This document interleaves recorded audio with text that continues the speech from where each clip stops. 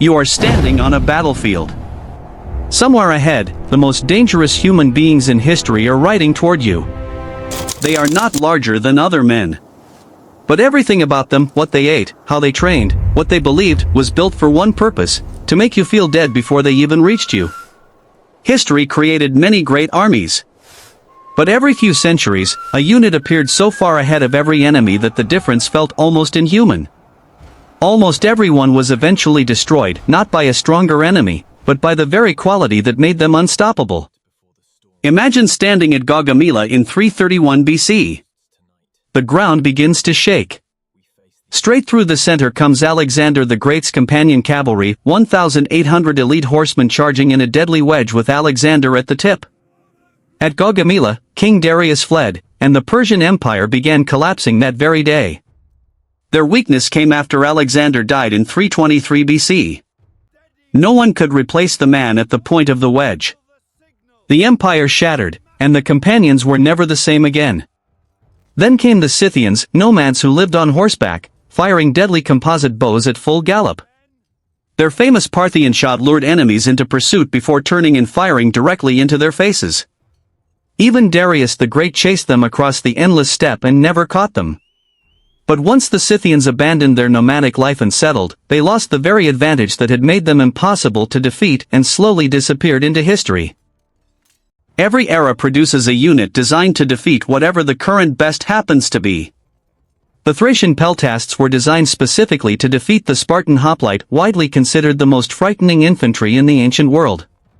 They carried a wicker shield light enough to move at speed, a handful of javelins, and a curved two-handed slashing weapon called the rhomphaea that could cut through armor and take a limb in a single blow. The tactic was not complicated. They threw javelins from a distance, damaged the formation, then retreated before the hoplites could close the gap. Hoplites in heavy armor could not run fast enough to catch them. They bled the Spartans from a distance until the Spartans had nothing left. At Lycaon in 390 BC, an Athenian general used peltast tactics to destroy an elite Spartan regiment in open battle, something almost no force had managed in the previous century. Rome ended them, eventually, the way Rome ended most things that could not match its infantry discipline. It crushed Thrace, absorbed its warriors into its own legions, and the peltasts simply ceased to exist as a separate tradition. Before you have ever seen a war elephant, you need to understand one thing about horses. A horse that smells an elephant will not fight. It will not hold a line. It will try, with every muscle in its body, to go somewhere else, and a cavalry charge that falls apart before it reaches the enemy is not a cavalry charge anymore. Carthage bred and trained North African forest elephants, smaller than their Asian cousins, but fully capable of carrying armored archers and towers on their backs and capable of turning a packed formation of soldiers into something resembling a panicked crowd within seconds of contact. Hannibal took 37 of them across the Alps in 218 BC. Most died from the cold and the altitude and the mountain terrain. The ones that survived arrived in Italy and smashed Roman lines at the Battle of the Trebia. They terrified Italy for 15 years. Rome figured them out. This is the detail the story always rushes past. Not through courage, not through better weapons, through gaps. Roman commanders trained their soldiers to open lanes in the formation so the elephants could charge straight through without hitting anyone. And once an elephant went through the gap and found itself surrounded by noise and fire and soldiers it could not see clearly, it did not find its way back to the enemy. It panicked. At Zama in 202 BC, some of Hannibal's own elephants turned and destroyed his own lines rather than Rome's. No saddle. No bridle. Just a knee and a rope and complete physical unity with a horse they had ridden since childhood. The Numidians from what is now Algeria were not heavy cavalry. They were something more dangerous. They rode in fast, threw javelins, peeled away before the enemy could respond, circled wide, and came back from a completely different angle. There was no formation they could be pinned by, because they never stayed in one place long enough to be pinned. Hannibal placed them on the flanks at Kenny in 216 BC with one instruction: hold the Roman cavalry and do not let it leave. They held it. While the Numidians kept Rome's horsemen occupied on the flanks, Hannibal's infantry wrapped around the Roman center from both sides and closed behind them. 50,000 Romans died in a single afternoon inside a trap that worked because the Numidians did exactly what they were asked: with exactly the precision and speed that made them what they were. Their weakness was personal rather than military. They fought for whoever paid them. When the Numidian king Massinissa calculated that Rome was the better long-term investment and switched sides, Hannibal lost the cavalry that had made Cannae possible. Rome used those same Numidians at Zama to destroy him. 9,000 men. The best-paid soldiers in the Roman Empire by a significant margin, 3 times the wages of a regular legionary. The best equipped. The most politically connected. And the most dangerous force in Rome, not because of what they could do on a battlefield, but because of where they were stationed. In Rome itself. Next to the emperor. Inside the walls. They fought under Germanicus in what is now Germany.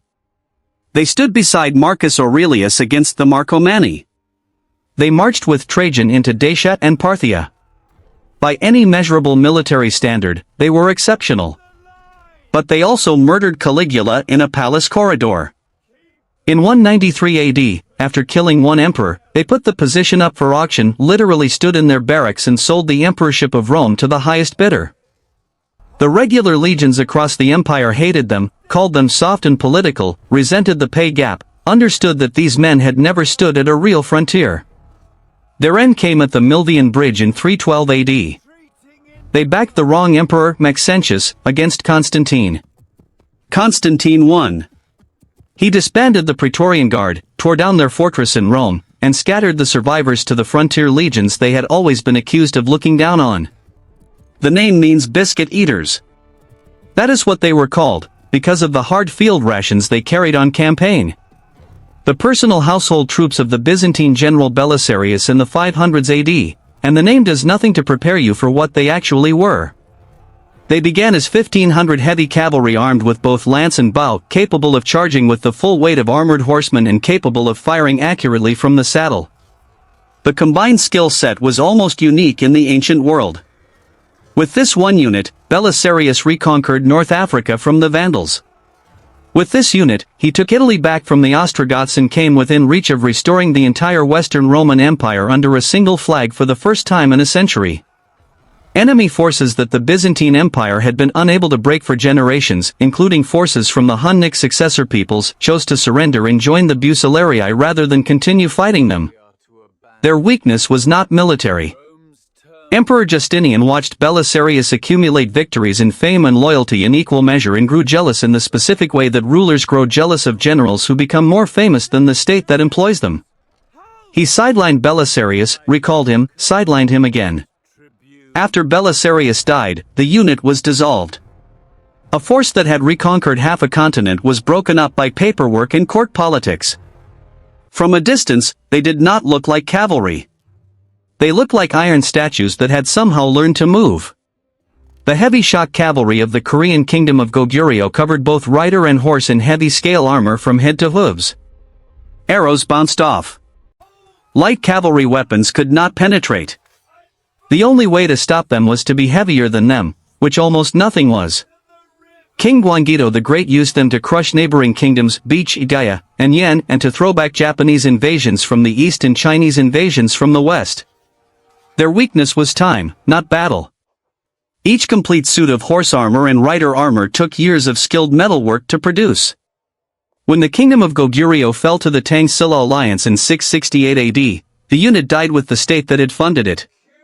You cannot replace iron statues in a season. In the late 700s, while most of Europe was a patchwork of competing kingdoms held together by fear and inherited land, Charlemagne was building something that had not existed since Rome fell. His instrument was 12 elite commanders called the Paladins, and what made them unusual was not only their military skill. They were defined, explicitly and publicly, by a code. Defend the weak. Protect the faith. Prioritize truth and honor and loyalty above personal survival. This was not decoration. It was the operating principle of the unit. They crushed the Saxons, the Avars, the Lombards. They held the line against Moorish incursions from the south. In doing so, they built the foundation of what would eventually become medieval European chivalry, the idea that a warrior's worth was not merely physical but moral. When Charlemagne died in 814, his sons turned on each other for the inheritance. The paladin tradition did not survive the dynasty that created it. But the idea it planted, that a warrior could be defined by what he refused to do as much as what he did, never fully disappeared from Western culture. If you wanted to join the Jomsvikings, you first had to prove yourself in single combat against a current member. Lose and you were turned away. Win and you still had to meet the remaining requirements: no man under 18 or over 50, no showing of fear under any circumstances, an absolute prohibition on fleeing from an enemy of equal or lesser strength. They lived by this code at their fortress of Jomsborg on the southern Baltic coast, a brotherhood of Viking mercenaries who fought for whoever paid them, kings of Denmark, kings of Norway, with a reputation so reliably brutal that even Christian rulers hired them without hesitation. Their end was the code itself. At the Battle of Hjörungavr around 986, when the battle turned and defeat became certain, members of the brotherhood sat down on the shore and waited to be killed rather than retreat. It was not cowardice and it was not despair. It was the code operating exactly as designed, and the code bled the brotherhood dry. The fortress was destroyed in the 1040s, and the Jomsvikings passed out of existence having never technically broken a single rule. The Huskarl carried the Dane axe. A two-handed weapon long enough that a man swinging it could put it through a horse's skull or through a knight's armor in a single movement, and the Huskarl was trained specifically to do both.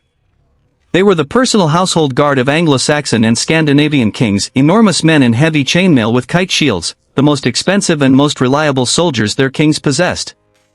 At Hastings in 1066, when the rest of the English army fractured under Norman pressure and broke, the Huskarls did not break. They formed a ring around King Harold and held it until there was no one left to hold it. They died in that ring. Every one of them. Their weakness was simply that there were not enough, a few thousand in all of England, and most of them died that one afternoon. William the Conqueror had no use for the survivors, and the tradition died with the men who maintained it. A Norman knight at full charge was a 250-pound armored man on a 1,500-pound horse that had been trained not merely to carry a rider but to bite, kick, and trample anything that did not move.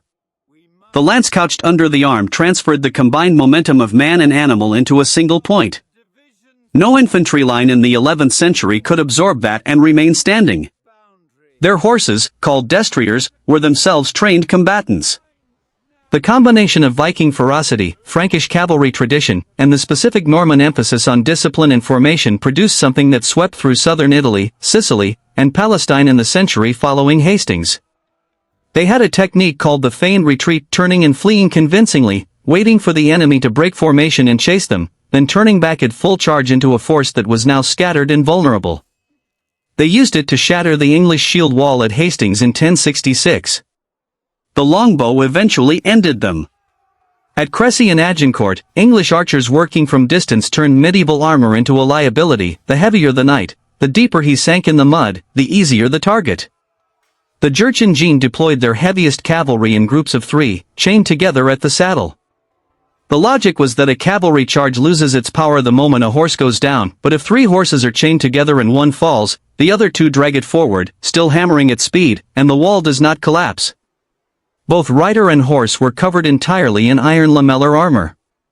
Arrows did not penetrate. Light weapons did not penetrate.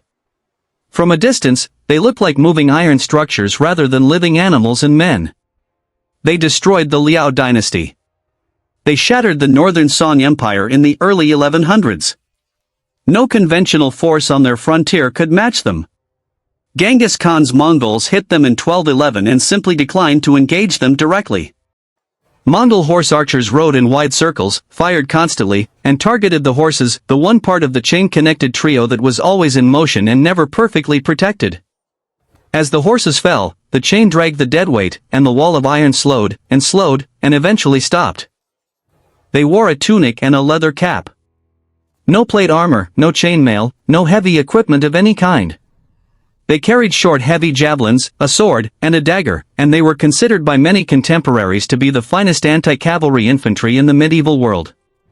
The Almogavers from the Pyrenees fought for the crown of Aragon through the 1200s and 1300s with the specific physical advantage of men who had spent their entire lives at altitude at stamina that allowed them to march distances and at speeds that armored opponents simply could not match. They smashed French armies in Sicily. They were hired by the Byzantine emperor in 1303 to fight the Turks, and they won every engagement they were sent to. Then the gold ran out. When payments stopped, the Almogavers did not go home. They turned on their employer, sacked Athens, and ruled it for 70 years. Their weakness was that without an external enemy to focus them, they turned on each other, fractured into competing warlords, and faded before the end of the 1300s. A Welsh longbow had a draw weight of up to 160 pounds. Almost no living person can pull one back far enough to fire it properly.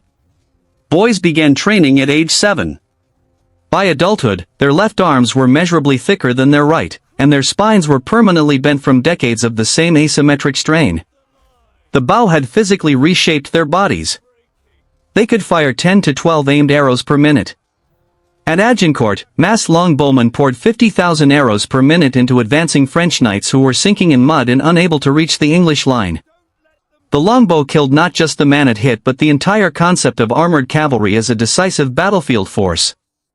Knights had dominated European warfare for centuries.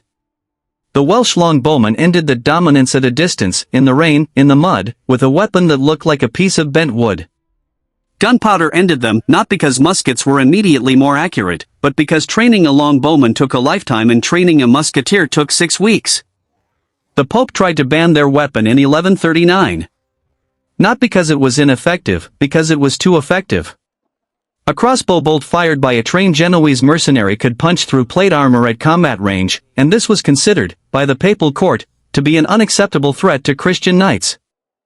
The Genoese worked in teams of 3, one fired, one was already reloading a second crossbow, and one held a large pavus shield behind which both could shelter between shots. Kings and popes hired them from the Crusades onward. At Crécy in 1346, impatient French commanders ordered the Genoese into battle before their equipment was set up, without their shields, in rain that had stretched their bowstrings and reduced their range. The English longbow outranged them entirely. The Genoese broke. The French knights behind them, furious, rode over the survivors on their way to the next disaster. For 4 centuries, from the 1200s to the 1600s, the English military presence in Ireland ran into the same problem over and over. A specific kind of mercenary warrior from the Scottish Highlands and Western Isles who had been hired by Irish chieftains and who simply would not behave the way English tactical doctrine expected heavy infantry to behave. The galloglass carried the spar, a massive two-handed axe, and deployed in highly disciplined formations of 100 men that functioned as a single unit. One galloglass was reckoned by contemporary military observers as equivalent to 2 ordinary soldiers. They anchored the Irish line at the Battle of Knockdoe in 1504. They led the charges through the 9 Years' War in the 1590s. For nearly 4 centuries they held English armies at a cost that should not have been possible for what was, on paper, a mercenary force with no national backing. The matchlock musket ended them. Once an English soldier could put a ball through galloglass mail at 100 yards, the axe was no longer enough. In the 1420s, the Holy Roman Church called 5 crusades against a group of Czech religious rebels. Peasants, mostly. Farmers. Men who had never built a military career. Their leader, Jan Žižka, looked at what he had: farm wagons, hand cannons, crossbows, and flails, and built something that had never existed before. He reinforced the wagons with planking. Cut firing slits into the sides. Mounted small cannons and crossbows inside. Then he chained the wagons together in a square formation, a rolling fortress that could be assembled in minutes and defended by the men inside it. At Sutomar in 1420, 400 Hussites destroyed 2,000 armored knights using this formation. The knights charged and broke against the wooden walls. When the enemy line wavered, the Hussites opened the wagon gaps and poured out to finish the fight. Žižka never lost a battle. Not one. Field artillery eventually made the wagon fort obsolete. A cannonball does not bounce off reinforced planking the way a lance does. But the Poles and Hungarians copied the formation and used variations of it for another century after the Hussites were gone. The Ottoman Sipahi was not one thing. That was the point. At Varna in 1444 and at Mohacs in 1526, where the Ottoman army destroyed the entire Hungarian military and killed the Hungarian king in under 2 hours, the Sipahi demonstrated what a cavalry arm could do when it was sophisticated enough to be heavy-shot cavalry one moment and horse archers the next.